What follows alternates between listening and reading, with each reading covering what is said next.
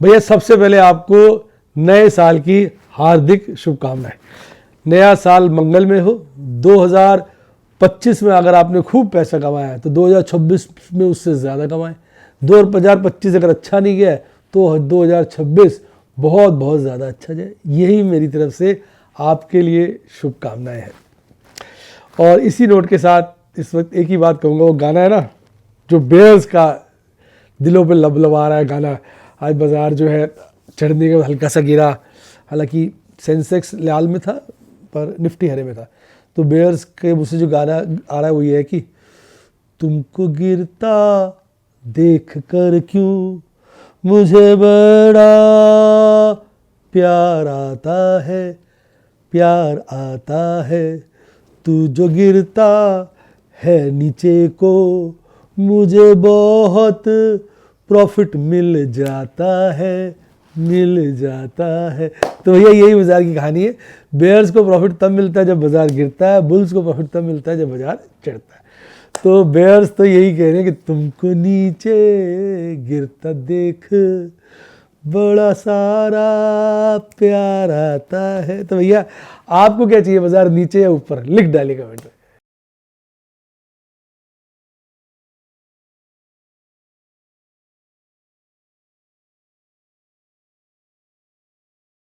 Share बाजार में assured या गारंटीड प्रॉफिट की उम्मीद नहीं रखनी चाहिए, या कभी भी किसी भी वक्त कोई भी अनएक्सपेक्टेड इवेंट की वजह से बहुत बड़ा घाटा हो सकता है, जिसके चलते आदमी की सारी पूंजी तबाह हो सकती है और वो फेल भी हो सकता है। शेयर बाजार बहुत ही खतरनाक जगह है। यहाँ एक भूल ही फाइनेंशियल तबाही के लिए काफी है।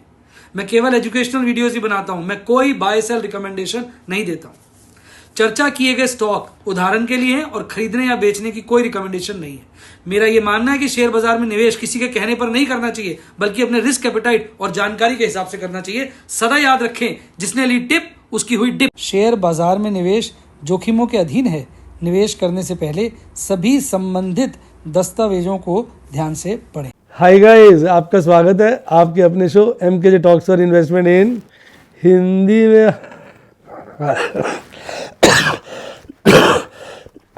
हंस नहीं सकता भैया।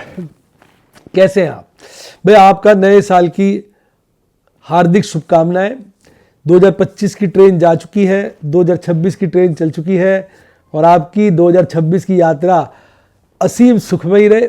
आप बाजार के अंदर मोटा मुनाफा कमाएं, चाहे बाजार गिरे या बाजार चढ़े। तो मेरा तो यही भगवान से कहते ना कि प्रार्थना है कि भगवान इतनी शक्ति हमें देना दाता कि मन का विश्वास कम हुए ना, और चाहे बाजार गिरे चाहे बाजार बढ़े, ट्रेडिंग में सदा प्रॉफिट होए। क्योंकि ट्रेडर को तो भाई हर माहौल में प्रॉफिट कमाना है ना। तो ट्रेडिंग पॉइंट ऑफ व्यू से तो बाजार गिरे या चढ़े सदा ही प्रॉफिट हो। और लॉन्ग रन में तो बाजार भागेगा ही, तो पोर्टफोलियो तो भागने पे चलेगा, वो भागेगा ही। क्योंकि बाजार चढ़ता भी है तो गिर गिर के, और गिरता भी तो चढ़ के, और ये दौर तो चलेंगे। तो एज ए ट्रेडर तो हमें हर दौर में कमाना है, यही हमारी कल्पना है। आज बाजार ने कुछ नहीं किया। आज थी सेंसेक्स की एक्सपायरी। बाजार सुबह चढ़ा, फिर थोड़ा गिरा, फिर चढ़ा, फिर गिरा। मतलब बाजार आज बेसिकली कुछ करने के मूड में नहीं था, वो वहीं रहना चाहता था जहां कल था। तो इसलिए बड़ी फ्लैट सी ओपनिंग दी है। रेंज बाउंड मूवमेंट था बाजार में। अगर आज का मूवमेंट देखेंगे तो कुछ भी नहीं था। 90 पॉइंट का मूवमेंट था, 80 पॉइंट का, 90 का भी नहीं था, 85 पॉइंट का, 84 पॉइंट का मूवमेंट था सारा दिन में निफ्टी में। उसी के अकॉर्डिंगली सेंसेक्स में आ जाएगा। निफ्टी 50 तो हल्का सा हरे में बंद हुआ है, पर आपका सेंसेक्स जो है वो लाल में बंद हुआ है। इंडिया विक्स आज काफ़ी गिरा है, 3% के आसपास, फिर 9.18 पे आ गया। एक्चुअली देखो, ठीक है, ऑप्शन ट्रेडर्स की अपनी अलग कहानी होती है। ऑप्शन ट्रेडर्स को इस वक्त सबसे बड़ी दिक्कत क्या आ रही है, जो सेलर्स हैं उनको प्रीमियम कुछ नहीं मिल रहा है। तो थोड़े से मार्जिन पे, जैसे कहते हैं ना, 2 रोटी मिल गई पूरे कुटुंब ने खाना खाना है, इसी तरह थोड़ा सा मार्जिन मिल गया, उसमें पूरा इन्वेस्टमेंट का प्रॉफिट निकालना है। तो उनको दिक्कत तो आ रही है, मार्जिन तो उनको मिल नहीं रहा है, प्रीमियम बहुत कम है। बायर्स का माहौल फिर ठीक है, क्योंकि जब प्रीमियम कम होता है तो गिरता भी धीरे धीरे, घिसता भी धीरे धीरे ना भाई। 100 रुपये का प्रीमियम है, 5 दिन में घटना है तो 20-20 रुपये गिरेगा। 20 रुपये का प्रीमियम 5 दिन में घटना है तो 400 रुपये गिरेगा। तो बीच में उनको मौका मिल जाता है प्रॉफिट लेने का। तो ऑप्शन बायर्स अगर समझदारी से काम कर रहे हैं तो प्रॉफिट कमा लेते हैं, सेलर्स भी कमा लेते हैं। तो अपनी अपनी समझदारी है, मैं ये तो नहीं कहूँगा सेलर्स घाटा कर रहे हैं बायर्स घाटा कर रहे हैं। उसी मार्केट में सेलर्स कमा भी रहे होते हैं, ऐसे सेलर्स भी होते हैं जो घटा रहे होते हैं, बायर्स कमा भी रहे होते हैं, ऐसे बायर्स भी होते हैं जो घटा रहे होते हैं। तो दोनों तरह के माहौल देखने को मिलते हैं। तो ओवरऑल मैं यही कहूँगा कि बाजार में वोलेटिलिटी बिल्कुल नहीं है, तो इसलिए रेंज बाउंड सा बाजार चल रहा है। तो जो लोग मेरे से पूछते हैं सर बाजार कहाँ जाएगा 25,500 या 26,500, तो उनको मेरा यही जवाब है बाजार की नहीं रेंज सी बन गई है अभी। तो इंडिया विक्स बढ़े तो ठीक है, तो इस 25,500 से 25,600 के बीच में ही बाजार मुझे घूमता हुआ नज़र आ रहा है। अभी बाजार में इससे बड़ी मूवमेंट तो नज़र आ नहीं रही है। इसी रेंज में ऊपर चला जाएगा, फिर थोड़ा सा धोखा देके नीचे आ जाएगा, फिर नीचे चला जाएगा, थोड़ा धोखा देके ऊपर चला जाएगा। तो बिल्कुल ही रेंज बाउंस हो गया। इवन बोलिंजर बैंड भी फ्लैट होता जा रहा है। तो हो सकता है किसी एक तरफ झड़प ले। आज तो सारा दिन मैं देख रहा था आवरली चार्ट पे बाजार एक रेंज में कंसोलिडेट कर रहा था। आवरली चार्ट मैंने देखा, और कंसोलिडेशन के बाद में पास डेटा देख रहा था, कभी कभी तो काफ़ी गिर जाता है, कभी कभी काफ़ी बढ़ भी जाता है। अब क्या बोलोगे इस बार क्या होगा। तो कई बार लोगों को लगता है कि सर वीडियो बना रहे हैं तो सर को सब पता है, वो फट से बताएंगे वैसे ही बाजार होगा। ऐसा नहीं होता है, थोड़ा आइडिया दे पाता है। जैसे पहले मैंने आपको कहा था कि बाजार की एक्सपायरी 26 के आसपास लग रही है और उसके बाद बाजार तेज़ होना चाहिए। ट्यूसडे वेडनेसडे को होगा या फ्राइडे को होगा। वेडनेसडे को खूब तेज़ हुआ, थर्सडे ठंडा निकाल दिया क्योंकि सेंसेक्स एक्सपायरी थी। तो अब आज के जो कुछ डाटा बन रहे हैं वो इशारा कर रहे हैं कल एक बारी को फिर अच्छी तेज़ी आ सकती है। कल की तरफ डेटा जो बना है आज का फाइस का, जिसकी अभी चर्चा करेंगे, वो ये कह रहा है कि कल तेज़ी आ सकती है। एक अच्छी वाली 50 से 100 पॉइंट की बढ़त के साथ बाजार कल बंद हो सकता है। इसकी प्रोबेबिलिटी है, मुझे ऐसा लग रहा है सिर्फ डेटा के बेस पे। लेकिन अब डेटा ही बेवकूफ़ बनाने के लिए ऑपरेटर ने खड़ा कर दिया है तो भैया फिर मैं तो बेवकूफ़ बन ही जाऊंगा ना। जबकि अगर आप गिफ्ट निफ्टी देखेंगे तो अभी 57 पॉइंट नीचे गिरा हुआ है। गिफ्ट निफ्टी चीख चिल्ला के कह रहा है कि बाजार गिरेगा। F5 का डाटा चीख चिल्ला के कह रहा है कि बाजार बढ़ेगा। तो अब क्या होगा बाजार, मेरा पप्पू है ये बाजार, जाएगा ये किस पार, मुझको क्या पता हो यार, अब बोलूँ मैं करूँ क्या यार वाली बात है। तो अब देख रहा हूँ गिफ्ट निफ्टी गिरा हुआ तो मन थोड़ा सा विचलित हो रहा है, क्योंकि मैंने जाते जाते 5 पुट्टे बेच दी थी निफ्टी की। अब साली कल सुबह से मैं घाटा दे देगी। 50 पॉइंट तो बहुत ज़्यादा है, कम से कम कुछ ली तो 5 रुपये 6 रुपये का देंगी। नीचे वाली बेची है पर ठीक है यार, कहते ना चलो ठीक है, चलो ठीक है भैया, ठीक है। देखेंगे बाजार में स्ट्रगल करेंगे, लड़ेंगे, जीत जाएंगे हम, लड़ते रहेंगे भैया, जीतने की कोशिश करते रहेंगे। तो ये था मेरा विचार। आगे बढ़ने से पहले हम बात कर लेते हैं 5 इंपॉर्टेंट अपने जो इंडाइसेस हैं उनके ऊपर, उन्होंने हमें पिछले साल किस तरह की रिटर्न दी। निफ्टी 50 ने पिछले साल हमें 10.5% की रिटर्न दी। कैलेंडर ईयर 2025 की बात कर रहा हूँ। निफ्टी बैंक ने हमें 17.25% के आसपास 17.15 17.25% के आसपास की एक साल की return the. Nifty mid cap ने 5.74 यानी लगभग 5.6% की एक साल की return the. Nifty small cap ने हमारे को लूट लिया 5.62% यानी 5.5 से लेकर 5.6% के बीच में उसने हमें घाटा पहुंचाया। और निफ्टी नेक्स्ट 50 ने ल्यूकवार्म रिटर्न 2.02 यानी लगभग 2% की रिटर्न दी। तो डेफिनेटली 2025 में राज रहा निफ्टी बैंक का, यानी लार्ज कैप और बैंकिंग सेक्टरों ने लोगों को पैसा मुनाफा बना के दिया। आपको किसने बना के दिया, कमेंट में डार्लिंग जरूर लिखिए।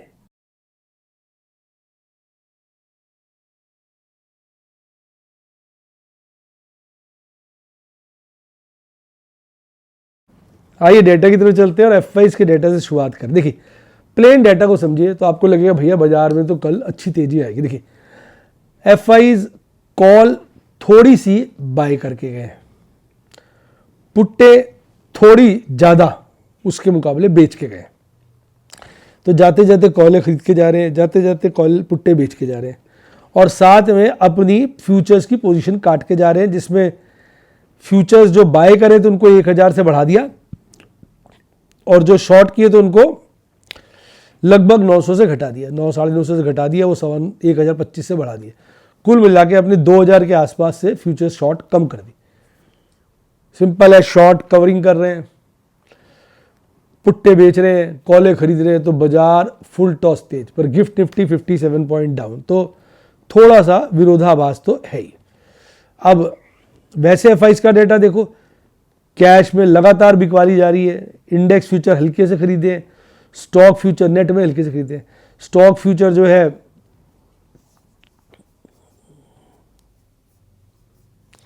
सेल किए हैं, ओवरऑल सेलिंग है। डीआईज ने ज़्यादा नहीं खरीदा है। अब डीआईज ने ज़्यादा नहीं खरीदा है, 2 दिन से लगातार खरीदे, आज रुक गए, तो इसका मतलब उनको लग रहा है भाई कल खरीद लेंगे, कल बाजार गिरेगा। डीआईज इतना खरीदे थे 6100 6700 का, तो रुके हैं, तो इसका मतलब उनको लग रहा है बाजार गिरेगा। एफआईज अपनी शॉर्टें काट के जा रहे हैं, कॉलें खरीद के जा रहे हैं। लेकिन यहाँ ये बात देखिए कि नेट में ऑप्शन बेच के गए हैं, तो कॉलें खरीद के गए नहीं, थोड़ी कॉलें खरीदी हैं। पुट्टे बेच के गए हैं, तो ज़्यादा पुट्टे बेची हैं, तभी नेट सेलिंग आई है। तो पुट्टे ज़्यादा बेची है तो बाजार गिरेगा तो है नहीं, और जो थोड़ी बहुत कॉलें खरीदी उसमें प्रॉफिट हो जाएगा, छोटे छोटे का प्रीमियम बढ़ जाएगा। तो अब डेटा एफआईज का तो गिरावट की तरफ इशारा कर रहा है, डीआईज का मूवमेंट बढ़ने की बात कर रहा है, नहीं एफआईज का डेटा बढ़ने की तरफ इशारा कर रहा है, तेजी की। और डीआईज का डेटा जो है वो थोड़ा रुकावट की तरफ इशारा कर रहा है, और गिफ्ट निफ्टी गिरा हुआ है। तो सारे संकेत जो है मिले जुले हो गए। ग्रीड भी हल्का सा बढ़ा है जो तेजी की तरफ इशारा कर रहा है, और ये इसमें कोई खास परिवर्तन नहीं है। डॉलर स्टैटिक है, क्रूड फिर 61 के नीचे आ गया है, रुपया 90 के लपेटे में जा रहा है, और 10 ईयर ट्रेजरी हल्की सी बढ़ी है, रेंज बाउंड मूवमेंट है। एफआईज की अब लॉन्ग बढ़ी है। अब पिछले साल का एक निचोड़ निकाल लेते, 5.98, ये हाईलाइट कर देना, पिछले साल का लोएस्ट, पिछले साल के ना 2 लोएस्ट 2 हाईएस्ट कर लेना कल है। लोएस्ट जो था वो 5.98 था, जो इसने 30 सितंबर को बनाया, और जो हाईएस्ट था वो था 52.17, जो इसने 8 मई को बनाया। तो ये इसके पिछले साल के हाईएस्ट लोएस्ट है। उससे पिछले साल चले जाए तो 12.75 का लो था, हाई था 83 का। उससे पिछले साल 7.25 का लो था और हाई था 70 का। उससे पिछले साल 13.13 का लो था और हाई था 55.72 का। तो उसी ट्रैक में ही लगभग है पिछले साल का भी, पर पिछले साल लो बड़ा नीचे ले आए थे। तो अब देखते हैं भैया अब लो नीचे की तरफ जाता है या ऊपर की तरफ जाता है। इसलिए पूरे साल में रिटर्न जो है लगभग रेंज बाउंड पिछले साल रही है। सारा हरे में था, हल्का सा स्मॉल कैप गिरा हुआ था, मिड कैप अच्छा खासा तेज था, बाकी निफ्टी हल्का सा बढ़ा हुआ था, निफ्टी बैंक ठीक ठाक था, निफ्टी नेक्स्ट 50 भी अच्छा सा बढ़ा हुआ था। सेक्टर जो खराब थे, फार्मा था, एफएमसीजी था और निफ्टी कंजम्पशन था। निफ्टी हेल्थ केयर भी खराब था, निफ्टी इंडिया डिफेंस भी खराब था, स्मॉल कैप 250 भी खराब था, निफ्टी कैपिटल मार्केट भी खराब था। आज मैं आपसे ना ईयरली रिटर्न की भी बात करूँगा, भाई बाजार ने एक साल में क्या रिटर्न दिए, ठीक है। 1500 शेयर बढ़े हुए थे, 1300 शेयर घटे हुए थे, हल्के से बढ़े हुए ज़्यादा थे पर बैलेंस सही था बाजार, मतलब आज थोड़ा स्टैटिक सा था। वोडाफोन आज का टॉप गेनर था, कल सबकी छुट्टी करके आज फिर भागा। इंडस टावर, जेएसडब्ल्यू स्टील, सुप्रीम इंडस्ट्रीज, पीएनबी हाउसिंग फाइनेंस भी भागे हुए थे। गिरने वालों में आईटीसी, यूनाइटेड स्पिरिट्स, एवेन्यू सुपरमार्ट, केन्स टेक्नोलॉजी, बायोकॉन जो है प्रमुख थे। 52 वीक हाई पे इंडस टावर, अशोक लेलैंड, अब एपी अपोलो, जेके टायर्स और बैंक ऑफ महाराष्ट्र थे। 52 वीक लो पे आईटीसी की बत्ती लगी, वो टोबैको प्रोडक्ट्स पे एकदम ड्यूटी व्यूटी लगा लोगों के, आईटीसी की तो बिल्कुल ही बत्ती कर दी। 200 दिन के मूविंग एवरेज के नीचे आ गया है, वीकली वाले चार्ट पे भी आ गया और मंथली पे भी। को बताए तो थोड़ा सा आईटी के सामने बच्चे कहते हैं थोड़ा स्टॉक्स के बारे में आप रिकमेंड तो नहीं करते हैं, प्रिंसिपल है आपका, लेकिन थोड़ा सा डिस्कस कर दिया करिए। अब अभी बाजार में चल क्या रहा है, क्या हो गया है, थोड़ा हमारे को पता तो चलेगा ना सर ये क्या चल रहा है, तो मैं बताए तो। देखो जी, इसने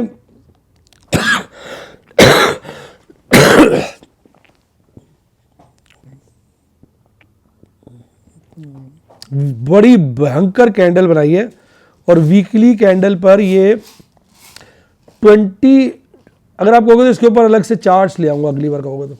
एक और दो वीकली चार्ट पे 200 दिन मूविंग एवरेज के पास आ गया है, बिल्कुल 363 की 200 दिन की मूविंग एवरेज है और 363 पे ये बंद हुआ है, बिल्कुल वहीं। और पास में देखा जब ये 200 दिन की मूविंग एवरेज को टच करता है ना, तो फिर काफ़ी दिन तक वहाँ रहता है।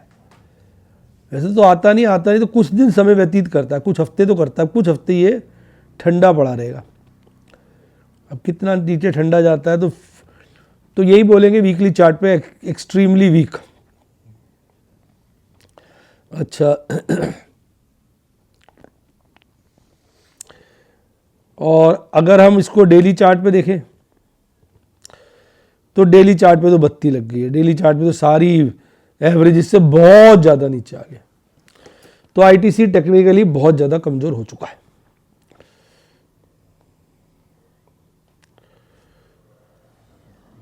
अब देखो यार वो कल थी, आज ये रिटर्न ही नहीं आ रही है, यही पकड़ लो, मोटा मोटा यही है। 1 ईयर रिटर्न जो है निफ्टी 50 की करीबन 10% रही है, एक्सीलेंट रिटर्न है। या कल के डेटा से बता देता हूँ, तो कल की ना पूरे साल की रिटर्न आ जाएगी ईयर टू डेट।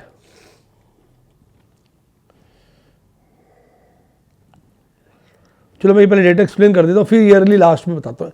आपने यहाँ कल वाले में ना मेरे मोबाइल पे 500 इंडेक्स का जो था ना कल, वो पहला वाला चार्ट नहीं होता निफ्टी 50 पहला चार्ट होता है जिसमें हाई लो होता है, ये वाला कल का 500 का फॉरवर्ड कर दो व्हाट्सएप टेलीग्राम पे, तो फिर मैं वहाँ से Nifty 50, Nifty bank, small cap, mid cap और नेक्स्ट 50, बस वही वाला कल का निकाल। हाँ, मैं बाकी आपको बाकी चीज़ें डिस्कस कर लेता हूँ। 38 शेयर चढ़े हुए थे, 12 शेयर गिरे हुए थे, बाजार रेंज बाउंड रहा, मुश्किल से 85 पॉइंट के बीच में झूलता रहा और टाइम उसने पास किया, हल्का फ्लैट ही बंद हुआ।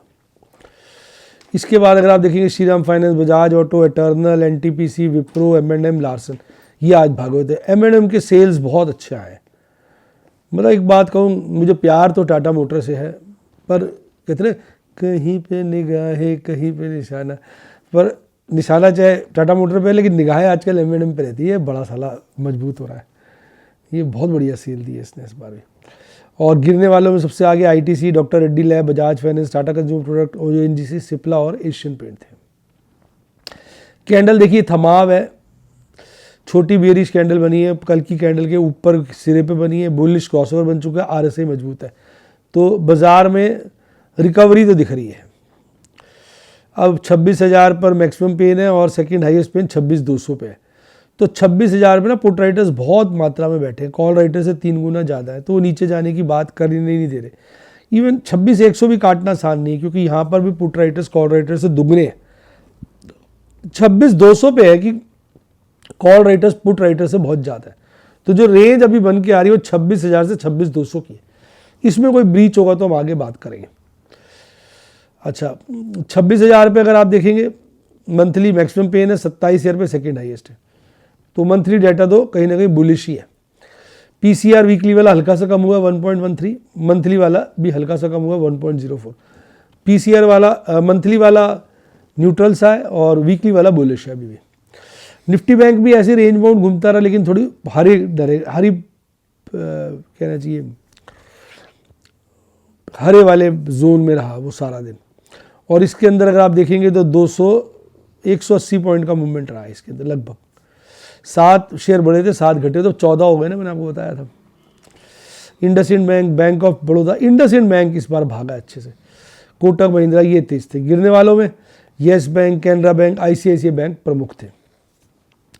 और ये देखिए निफ्टी बैंक तो अपर बोलिंजर बैंड के सहारे फिर चढ़ गया, सब छोड़ दिए। कितने दिनों के बाद ये अपर बोलिंजर बैंड, पहले अपर बोलिंजर बैंड था काफ़ी दिन तक चढ़ा था, तो अब तो ये लगता है थोड़े दिन ऊपर ही जाएगा। यहाँ बुलिश क्रॉसओवर बना हुआ है, आरएसआई तो 62 हो गया, तो निफ्टी बैंक बहुत मजबूत है।